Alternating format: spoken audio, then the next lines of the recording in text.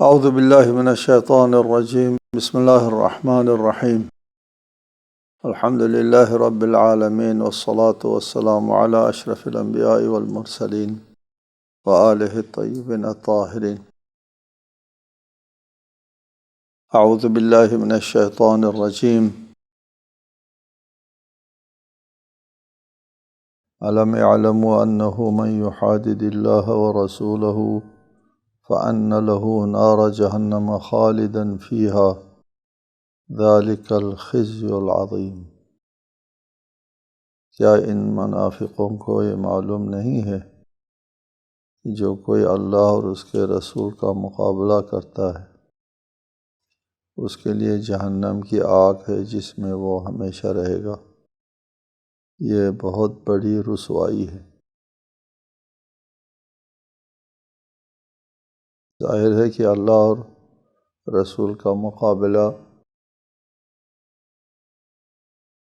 کفر ہے، اور کافر ہی اللہ اور رسول کے مقابلے میں کھڑے ہو جاتے ہیں، اور منافقین چونکہ اندر سے کافر ہے وہ اللہ اور رسول کے مقابلے میں ہر وہ کام جو ان سے بنتا ہے کرتے ہیں۔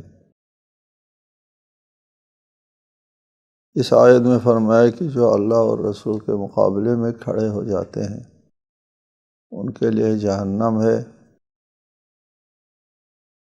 خالداً فیہا، اس جہنم میں وہ ہمیشہ رہیں گے۔ کافر کے لیے، خصوصاً منافق جو کافروں سے بھی بدتر ہیں، ان کے لیے جہنم میں خلود ہے، یعنی ہمیشہ جہنم میں وہ رہیں گے، مخلد فی النار۔ ہمیشہ کا مطلب یہ ہے کہ اس کی کوئی انتہا نہ ہوگی۔ ذالک الخزي العظیم، اور اس سے بڑی رسوائی تو ہو نہیں سکتی جو جہنم کے عذاب میں ابد الآباد رہے۔ رسوائی بھی ہے، نفسیاتی عذاب بھی ہوگا، جسمانی عذاب بھی ہوگا، ہر قسم کا عذاب جو انسان تصور بھی نہیں کر سکتا وہ ہوگا۔ پہلے بھی کئی بار ذکر ہوا ہے کہ منافق ہے، کافر ہے، مجرم ہے، اس نے 70 سال صحیح، 80 سال صحیح، 100 سال صحیح اس نے جرم کیا تو اس کی سزا بھی 100 سال ہونا چاہیے، اور اس سے زیادہ کیوں ہے؟ اس کے جواب پہلے بھی دیے ہیں، اب دوبارہ دیتے ہیں کہ ذہنوں میں یہ بات راسخ ہو جائے۔ اعتراض بہت اٹھایا جاتا ہے، لوگوں کے ذہن میں بات آتی نہیں۔ ایک جواب تو یہ دیا گیا تھا کہ انسان کا عمل خواہ نیک ہو یا بد انرجی میں تبدیل ہو جاتا ہے، اور انرجی کو دوام حاصل ہے۔ یہ کہا کرتا ہوں نا آپ سے کہ انسان کا عمل انرجی میں بدلتا ہے، اور انرجی وہ ختم ہونے والی چیز نہیں ہے، ہمیشہ رہتی۔ لہٰذا برے عمل کی بات نہیں ہے، صرف ہر عمل کی بات ہے۔ اچھے عمل اور برے عمل دونوں کو دوام حاصل ہے، وہ ختم ہونے والا نہیں ہے۔ یہ کہا کرتا ہوں آپ سے کہ اچھا عمل اور نیک عمل آپ کا ساتھ نہیں چھوڑتا، ساتھ نہیں چھوڑے گا، وہ ہمیشہ آپ کے ساتھ رہے گا، ابد الآباد۔ اور برا عمل آپ کی جان نہیں چھوڑتا، وہ بھی ہمیشہ رہے گا۔ جی، یہ صرف سزا کی بات نہیں ہے، سزا جزا دونوں میں ابدیت حاصل ہے انسان کے عمل کو۔ ایک جواب یہ دے دیا گیا پہلے بھی۔ دوسرا جواب یہ ہے کہ مجرم نے جرم ختم نہیں کیا، مجرم ختم ہو گیا۔ اگر وہ ابد الآباد زندہ بھی رہتا تو اس کا جرم ہمیشہ زندہ رہنا تھا۔ تیسرا جواب یہ ہے، دنیا میں کوئی ایسا قانون نہیں ہے، کوئی ایسا تصور نہیں ہے کہ جرم پر جتنا وقت لگا ہے سزا پر بھی اتنا وقت لگے۔ ایسا کوئی قانون تصور دنیا میں نہیں۔ یہاں کیوں سوال اٹھا رہے ہیں؟ ایک شاہ نے کسی کو قتل کیا، گولی چلائی، اس میں چند سیکنڈ لگ گئے تو اس کو سزا چند سیکنڈ کی دی جائے گی؟ ایسا کوئی تصور دنیا میں نہیں ہے۔ وہ سزا جو ہے وہ عمل کی مدت کے برابر ہو۔ خلود ہے، کافر کے لیے جہنم میں ہمیشہ رہنا ہوتا ہے۔ اگلی آیت میں فرمایا يحذر المنافقون ان تنزل عليهم سورة تنبئهم بما في قلوبهم قل استهزئوا ان اللہ مخرج ما تحذروا۔ منافقوں کو یہ خوف لاحق رہتا ہے کہ کہیں ان کے خلاف کوئی ایسی صورت نازل نہ ہو جائے جو ان کے دلوں کا راز فاش کر دے۔ یہ خوف لگا رہتا ہے، کھٹکا لگا رہتا ہے۔ تنبئہم، وہ سورہ فاش کر دے، بتا دے اس چیز کو جو ان کے دلوں میں ہے۔ قل استہزئوا، کہہ دیجئے کہ استہزاء کیے جاؤ، اللہ یقیناً اس راز کو فاش کرنے والا ہے جس کا تمہیں ڈر ہے۔ منافقین جب اپنی نجی محفلوں میں بیٹھتے تھے تو آپس میں رسول اللہ کی استہزاء کرتے تھے، مزاح اڑاتے تھے۔ یہ واقعہ جنگ تبوک میں پیش آیا۔ 5-6 روایات ہیں اس سلسلے میں کہ وہ استہزاء کے مضامین کیا تھے، وہ کہتے کیا تھے۔ میں نے 5-6 تعبیریں ہیں، 5-6 روایات ہیں، 5-6 واقعات ہیں۔ ہر روایت میں ایک واقعے کی طرف اشارہ ہے کہ وہ سب میں مشترکہ بات یہ ہے کہ وہ استہزاء کرتے تھے اور کہتے تھے چیز جو ہے گم ہو جائے اس کا پتہ نہیں چلتا، اور کہتا ہے پر وحی نازل ہوتی۔ یہ کہتا ہے کہ ہم قیصر و کسریٰ کو فتح کریں گے، شام کے علاقوں کو فتح کریں گے، اور ابھی یہاں سے اتنی بات بھی نہیں ہوتی، وغیرہ وغیرہ بہت ساری باتیں وہ مذاق کرتے تھے۔ خصوصاً جنگ تبوک کے موقع پر تو منافقین کھل کر سامنے آ گئے تھے۔ جنگ تبوک بہت بڑی آزمائش تھی، بہت مشکل سفر تھا، دور دراز سفر، 600 کلومیٹر راستہ چلنا، اور وہ بھی گرمیوں کے دنوں میں، اور کھانے پینے کا خرچہ بھی نہیں تھا لوگوں کے پاس۔ کہتے ہیں ایک کھجور 12 افراد چوستے تھے اس کو۔ تھوڑا سا ایک نے چوسا، دوسرے کو دیا، پھر اس نے تھوڑا سا چوسا، تیسرے کو دیا۔ 12 افراد ایک کھجور کو چوسے، بھلا ہوگا کیا، اس سے فرق کیا پڑتا ہے؟ یہ حالت تھی، بہت بڑی آزمائش تھی جنگ تبوک۔ لڑائی نہیں ہوئی، لیکن اس لڑائی کے لیے آمادگی اور سفر کرنا اور واپس آنا، ان سب واقعات میں منافقین بہت فاش ہو گئے تھے اس جنگ تبوک کی وجہ سے۔ سبحان اللہ، اس میں جنگ ہونا تو نہیں تھا، جنگ نہیں ہونا تھا، اتنا لمبا راستہ چل کر کے کیوں گئے؟ خدا کا رسول ہے، خدا رسول کو پتہ نہیں تھا جنگ نہیں ہوگی، وہ لوگ لڑنے کے لیے نہیں آئیں گے، وہ نہ جاتے۔ جنگ سے زیادہ، رومیوں کے ساتھ لڑائی سے زیادہ اس جنگ نے مسلمانوں کو فائدہ دیا۔ یہ فاش ہوتے گئے، متعدد مقامات آئے جس میں یہ لوگ فاش ہوتے گئے۔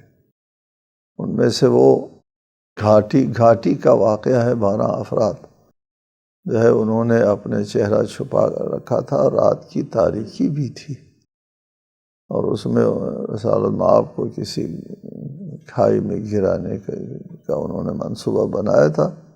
رسالت مآب پر وحی نازل ہوتی ہے، بتاتے ہیں کہ فلاں فلاں افراد یہ منصوبہ بندی کر رہے ہیں اور آپ کو گھاٹی سے گرانے کا منصوبہ ہے۔ ایک روایت میں حضرت حذیفہ نے جا کر کے دیکھا ان کو بھگانے کے لیے، واپس آیا تو حذیفہ سے پوچھا رسالت مآب نے پہچانا ان لوگوں کو؟ انہوں نے جی وہ تو نہیں کسی کو پہچانا میں نے۔ تو فرمایا کہ یہ لوگ تھے 12 افراد، اور پھر کسی کو نہیں بتانا۔ اس لیے حضرت حذیفہ کو صاحب سر رسول کہتے تھے۔ حضرت حذیفہ نے نہیں بتایا۔ نہیں ہو سکتا حضرت حذیفہ رسالت مآب کے رازداں بننے کے بعد خیانت کرے، اس راز کو فاش کرے، نہیں ہو سکتا۔ اس کے باوجود ہمارے کچھ مفسرین نے کوشش کی ہے ان کے نام لکھنے کی۔ تعجب ہے، ان کا نام آپ کو اگر پتہ چل گیا تو حضرت حذیفہ نے بتایا ہوگا، حضرت حذیفہ خائن ہو جائیں گے۔ حضرت حذیفہ کی شان بالاتر ہے اس بات سے کہ وہ خیانت کرے، نہیں پتہ کسی کو۔ اور بتانے والوں نے بھی یہ کہا کہ یہ ہم اس لیے بتا رہے ہیں تاکہ دیگر اصحاب جو ہے مطعون نہ ہو۔ یہ خدا اور رسول سے زیادہ آپ مصلحتوں کو جانتے ہیں کہ اس کو راز رہنے دیا گیا، تا آخر راز رہا۔ جی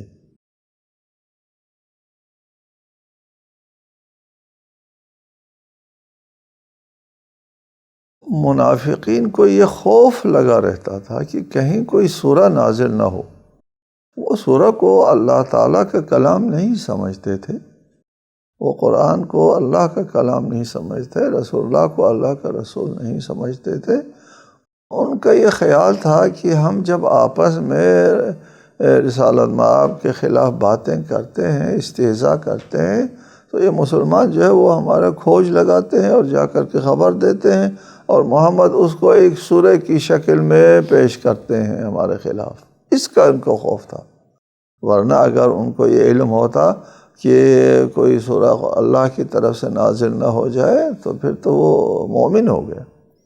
مومن ہونے کے بعد پھر کوتاہیاں ہوتی ہیں، کمزوریاں آتی ہیں، وہ قابل عفو ہے، ایسا نہیں ہے، پھر تو منافق نہیں ہے۔ اصلاً عقیدہ نہیں تھا، عقیدہ نہیں تھا، رسالت مآب کی رسالت پر عقیدہ نہیں تھا، قرآن کے کلام الہی ہونے پر عقیدہ نہیں تھا۔ خوف ان کو یہ لگا رہتا تھا کہ یہ مسلمان کھوج لگاتے ہیں اور ہماری باتیں جو ہے وہ پہنچا دیتے ہیں اور وہ سورہ کی شکل میں لوگوں میں پیش کرتے ہیں۔ ان تنزل علیہم سورۃ تنبئہم بما فی قلوبہم، جو ان کے دلوں میں ہے، اس کو جو باتیں وہ کرتے ہیں ان کا مسلمان کھوج لگا لے بفرض محال۔ چلو یہ تم نے آپس میں باتیں کی، استہزاء کی، تمسخر کیا، ہنسی مذاق اڑایا، اس کو کسی نے سن لیا، رسالت مآب کو بتا دیا۔ بما فی قلوبہم، جو تمہارے دلوں کے اندر ہے وہ کون بتائے، اس کا کون کھوج لگا سکتا ہے؟ صرف وحی کے ذریعے۔ ان کو پھر بھی خوف لگا رہتا تھا کہ جو باتیں ہمارے دلوں میں ہے اس کا کبھی کبھار اظہار ہو جاتا ہے تو پھر ہمارے بارے میں کوئی سورہ نازل نہ ہو، سورہ آیت بھی نہیں، ایک سورہ نازل نہ ہو اور پوری کہانی جو ہے وہ سنائی نہ جائے کہیں۔ قُلِ اسْتَہْزِئُوا، ان سے کہہ دیجئے تمسخر کیے جاؤ۔ یہ امر کا صیغہ ہے، کرو تمسخر کرو۔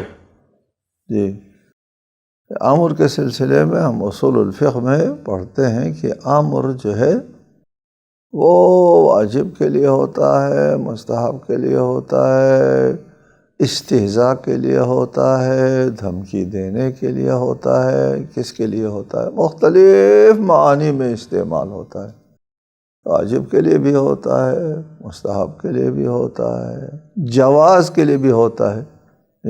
فانتشروا، نماز ختم کر چکو بکھر جاؤ، منتشر ہو جاؤ، فانتشروا جواز ہے، جواز کے اوپر دلالت کرتا ہے۔ مختلف معانی میں صیغہ امر استعمال ہوتا ہے۔ متقدمین یہ بحث کرتے تھے کہ پھر یہ جب صیغہ امر واجب میں بھی استعمال ہوتا ہے، استحباب میں بھی استعمال ہوتا ہے، اور مباح کے لیے بھی استعمال ہوتا ہے، استہزاء کے لیے بھی استعمال ہوتا ہے، تو یہ مشترک لفظی ہے معنوی ہے، اس پر بحث ہوتی تھی۔ صاحب کفایہ آخون بہت بڑے فلسفی اور اصولی تھے، انہوں نے کہا کہ امر کا صرف ایک معنی ہے، 2 3 4 نہیں ہے، امر ایک معنی میں استعمال ہوتا ہے، وہ طلب ہے۔ اس طلب کے داعی مختلف ہوتے ہیں، محرک مختلف ہوتے ہیں۔ مثلا ایک طلب ہوتا ہے کہ اس میں فعل کا بجا لانا جو محرک ہوتا ہے، وہاں یہ مصداق ہے واجب کا۔ اور کبھی طلب ہوتا ہے اس شدت سے نہیں، وہ مصداق ہے مستحب کا۔ اور کبھی پابندی کے بعد امر ہوتا ہے کہ یہ مصداق بنتا ہے۔ محرک کیا ہے اس امر کا؟ فانتشروا کہنے کا محرک کیا ہے؟ محرک یہ ہے آزادی دینا، پابندی ختم ہو گئی، یہ بتانا محرک ہے۔ فانتشروا کا محرک یہاں قل استہزئوا، استہزاء کیے جاؤ، یہ بھی امر کا صیغہ ہے۔ اس کا محرک کیا ہے؟ اس کا محرک ان کو سزا کی دھمکی دینا ہے۔ اعملوا ما شئتم، اور بھی ہے قرآن میں، جو چاہو کیے جاؤ۔ نہیں، آپ بھی ایسا کرتے ہیں کہ کسی نافرمان شخص سے یا اپنے کسی مخالف سے کہتے ہیں جو کرنا چاہتے ہیں کرو، دیکھوں گا۔ جی ہاں، آپ بھی کہتے ہیں، اپنے محاورے میں کہتے ہیں کرو، کہتے ہیں۔ یہاں کرو امر ہے، کرو، اس عمل کو بجا لے آؤ، انجام دو۔ محرک کیا ہے؟ محرک اس کو دھمکی دینا ہے سزا کی۔ جی یہ اس کا محرک مختلف ہوتا ہے، معنی ایک ہوتا ہے، صرف طلب ہوتا ہے، اس طلب کے محرکات مختلف ہیں۔ قل استہزئوا یہاں پر ان کے لیے ایک قسم کی دھمکی ہے یہ، اور ایک قسم کے ان کے لیے دھمکی ہے، اور رسالت مآب کے لیے اور مسلمانوں کے لیے خوشخبری ہے کہ ایک ایسا وقت آ جائے گا کہ یہ لوگ رسوا ہو جائیں گے۔ ان اللہ مخرج ما تحذرون، دیکھو قل استہزئوا کا جواب آ گیا، جی کیے جاؤ، دیکھیں گے ہم لوگ کہتے ہیں ہم دیکھیں گے۔ قرآن نے کہا کہ اللہ جو ہے اس راز کو فاش کرنے والا ہے جس کا تمہیں ڈر ہے۔ جی تو سزا کو بتانے کے لیے کہہ دیا پہلے قل استہزئوا، تمسخر کیے جاؤ۔ وَلَئِنْ سَأَلْتَهُمْ لَيَقُولُنَّ إِنَّمَا كُنَّا نَخُوضُ وَنَلْعَبُ قُلْ أَبِاللَّهِ وَآيَاتِهِ وَرَسُولِهِ كُنْتُمْ تَسْتَهْزِئُونَ۔ جب یہ ان لوگوں کا فاش ہوتا ہے راز، اور اگر آپ ان سے دریافت کریں تو وہ ضرور کہیں گے ہم تو صرف مشغلہ اور دل لگی کر رہے تھے۔ کہہ دیجئے کیا تم اللہ اور اس کی آیات اور اس کے رسول کا مذاق اڑا رہے تھے؟ جی منافقین آپس میں جو رسالت مآب کی استہزاء کرتے تھے، تمسخر کرتے تھے، اور جب رسالت مآب کے اوپر وحی نازل ہوتی تھی اور اس تمسخر کا ان سے ذکر ہوتا تھا کہ تم رسول اللہ کے خلاف یہ باتیں کر رہے تھے، آپس میں سرگوشی میں کیا باتیں کر رہے تھے، یا مسلمانوں نے سن لیا، کسی نے، بعض روایت میں ہے کسی مسلمان نے سن لیا، اس نے رسول اللہ کو بتا دیا، اور پھر جب بات پرسی ہوئی ان سے کہ تم آپس میں بیٹھ کر کے اس قسم کی باتیں کر رہے تھے، تو وہ اس کے لیے عذر پیش کرتے تھے۔ جی اور جی ہم دل لگی کر رہے تھے، ایسے مزاح میں گپ شپ لگا رہے تھے، اور اس میں اس قسم کی باتیں بھی نکل گئی ہیں، گپ شپ میں دل لگی کر رہے تھے، حقیقتاً ہم استہزاء نہیں کر رہے تھے، ایک قسم کی دل لگی تھی وغیرہ۔ یہ قاعدہ ہے دنیا میں قاعدہ ہے کہ مجرم جب جرم کا ارتکاب کرتا ہے اور جب اس سے باز پرسی ہوتی ہے، دنیا کا بڑا مجرم بھی اس کی ایک توجیہ کر دیتا ہے اور کوئی جواز پیش کرتا ہے، کوئی عذر پیش کرتا ہے۔ خود ابلیس نے یہ کام شروع کیا تھا، کیوں سجدہ نہیں کیا؟ اس نے کہا آپ نے اس کو مٹی سے پیدا کیا ہے، مجھے آگ سے پیدا کیا ہے، میں بہتر مخلوق ہوں، اس قسم کی کوئی عذر پیش توجیہ رکھتا ہے۔ ہر مجرم اپنے جرم کے لیے توجیہ رکھتا ہے۔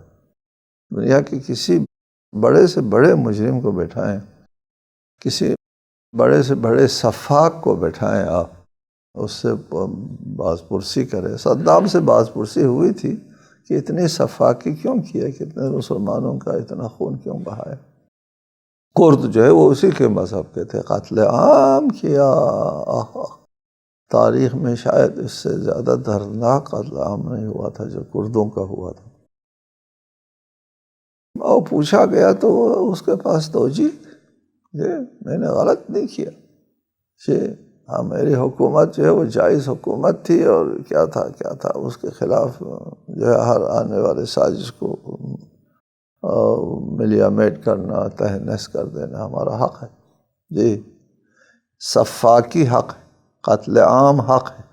جی، ہر مجرم اپنے جرم کی توجیہ رکھتا ہے، یہ لوگ بھی توجیہ پیش کرتے ہیں۔ ہم نہیں استہزاء نہیں کر رہے تھے۔ کننا نخوض، خاض یخوض کہتے ہیں پانی میں اترنے کو۔ جی، ہم کسی بات کے اندر لگے ہوئے تھے، اس کا ترجمہ تو نہیں ہوتا نا اس طرح نخوض۔ جی، پانی میں اترنے کو کہتے ہیں کسی گفتگو میں مشغول رہنے کو خوضہ کہتے ہیں۔ پانی میں اترنے کو کے ساتھ تشبیہ دیتے ہیں کہ اگر انسان کسی گفتگو کے اندر اترا ہوا ہو۔ نخوض و نلعب، وہ ہنسی مزاح میں بات کر رہے تھے، ہم حقیقتاً استہزاء نہیں کر رہے تھے، شوخی میں باتیں ہو رہی تھی۔ قول، کہہ دیجیے، اب اللہ و آیاتہ و رسولہ کنتم تستہزئون۔ اس استہزاء کا یہ دل لگی جو بقول خود تمہارے بقول دل لگی کرتے تھے، تم گپ شپ کر رہے تھے، تو تمہارے دل لگی کا موضوع کیا تھا؟ اللہ اور اس کے آیات اور اس کے رسول۔ یہ ایسے مواضع ہیں جن کے اوپر دل لگی ہوا کرتی ہے، جس میں گپ شپ ہوا کرتی ہے۔ ان تین چیزوں میں غور و فکر اور تعقل سے کام لیا جاتا ہے۔ جب اللہ تعالیٰ کے آیات کی تلاوت ہوتی ہے تو مومنین کے رونگٹے کھڑے ہو جاتے ہیں، تقشعر منہ جلود الذین، وہ روتے ہیں، گریہ کرتے ہیں۔ یہ وہ مقام ہے، یہ مقام جہاں تم استہزاء کر رہے تھے، بقول تمہارے دل لگی کر رہے تھے، اللہ اور اس کی آیات اور اس کے رسول کے ذکر کے ساتھ لوگ جو ہے وہ گریہ کرتے ہیں۔ یہاں تعقل اور تفکر اور تدبر سے کام لیا جاتا ہے، نہ مزاح کا موضوع یہ نہیں ہوتا۔ دنیا میں مزاح کرنے والے کوئی بھی مزاح کرنے والا جو ہے، وہ مسلمانوں میں بھی بہت سے لوگ مزاح کرنے والے ہوتے ہیں۔ مزاح مومن کی مزاح بھی عبادت ہے، دوسروں کو خوش کرنا بھی ایک حد تک مزاح کی اجازت ہے۔ وہ جائز ہے، لیکن یہ موضوع جو ہے وہ مزاح کا موضوع نہیں ہے۔ اللہ اور اس کے آیات اور اس کے رسول کے ساتھ مزاح کیا جاتا ہے۔ دیکھو رسالت مآب کی عظمت بھی دیکھو۔ جی، رسالت مآب اللہ اور اللہ کی آیات اور پھر رسول کا استہزاء جو ہے وہ رسول کی ذات اس میں موضوع نہیں بن سکتی کسی قسم کی ایسے حالات میں کہ وہ عبداللہ کا بیٹا ہے اور قریش کا ایک بنی ہاشم کا ایک فرد، وہ اس کی ذات یہاں پر موضوع نہیں بن سکتی، وہ اللہ کے رسول کے عنوان سے موضوع بنتا ہے۔ اور اللہ کا جب رسول ہے اور اللہ کے رسول ہونے کے اعتبار سے استہزاء ہوتا ہے تو پھر اللہ کی استہزاء ہے، آیات کی استہزاء ہے، ذات رسول کی استہزاء نہیں ہوتی۔ ہم کبھی بھی رسالت مآب کی کسی حیثیت کو، یہ بھی آپ لوگوں کے ذہن میں رہے، رسالت مآب کی کسی حیثیت کو ذاتی نہیں لے سکتے، ذاتی اور شخصی نہیں لے سکتے۔ شخص رسول، ذات رسول، قطع نظر از رسالت، قطع نظر اللہ کے رسول ہونے کے نہیں ہوتا۔ کوئی ایسا مقام، کوئی ایسی جگہ نہیں آتی جہاں پر رسول اللہ کی ذات جو ہے موضوع بن جائے اور اللہ کی رسالت اور اللہ کے نبی ہونے کی حیثیت سے ذات کو جدا کر کے نہیں ہوتا ایسا۔ لہٰذا یہ کہنا رسول اللہ کی ذات کو ہم نہیں کر سکتے، وسیلہ نہیں بنا سکتے، شرک ہے۔ رسول اللہ کی دعا کو وسیلہ بنا، ایک موضوع ہے یہ ذات اور ذات رسول اور عمل رسول میں تفریق کا ایک نظریہ ہے۔ یہ نظریہ قابل قبول نہیں ہے کسی کے لیے بھی، ذات رسول اور عمل رسول میں تفکیک کا قائل ہو جائیں کہ رسول کی ذات کو ہم وسیلہ نہیں بنا سکتے، رسول کی دعا کو ہم وسیلہ بنا سکتے ہیں، رسول کی دعا کو وسیلہ بنا سکتے ہیں، ذات سے قطع نظر، خود دعا۔ تو پھر اس کا مطلب یہ خود دعا رسول سے، رسول کی ذات سے قطع نظر خود دعا، سب کی دعا برابر ہے، کوئی فرق نہیں ہے۔ ربنا اغفر لنا، ربنا اغفر لنا، یہ لفظ، یہ جملہ اور اس کا مفہوم اور اس کا مطلب جس کسی سے بھی ظاہر ہو جائے ایک چیز ہے۔ ذات جب مطرح نہیں ہے، ذات جب موضوع نہیں ہے، جو رسول سے صادر ہو جائے یا کسی عام آدمی سے بھی صادر ہو جائے ایک چیز ہے، ذات کا کوئی تعلق نہیں ہے، دعا کرنے والے کے ساتھ کوئی ربط نہیں ہے۔ ہمارے رسول سے ہٹ کر ہم باقی مومنین میں بھی کسی کی دعا قبول ہوتی ہے، کسی کی نہیں ہوتی، کسی کی دعا سنی جاتی ہے، کسی کی دعا نہیں سنی جاتی، وہاں بھی ذات جو ہے وہ موضوع ہے، غیر رسول کے لیے بھی ذات موضوع ہے کہ یہ کس نے کی دعا، کس نے آمین کہی۔ ذات ہمیشہ اس ذات کی طہارت، اس ذات کی پاکیزگی، اس ذات کا خلوص جو ہے وہ اس دعا کے ساتھ اس کا اثر ہوتا ہے۔ لہٰذا رسول کی ذات کو رسول کی کسی عمل کے ساتھ جو ہے وہ تفریق نہیں کر سکتے۔ دیکھو یہاں پر رسالت مآب کی ذات کو کسی جگہ قرآن مجید میں رسول کے عمل سے جدا نہیں کیا۔ السلام علیکم ورحمۃ اللہ وبرکاتہ۔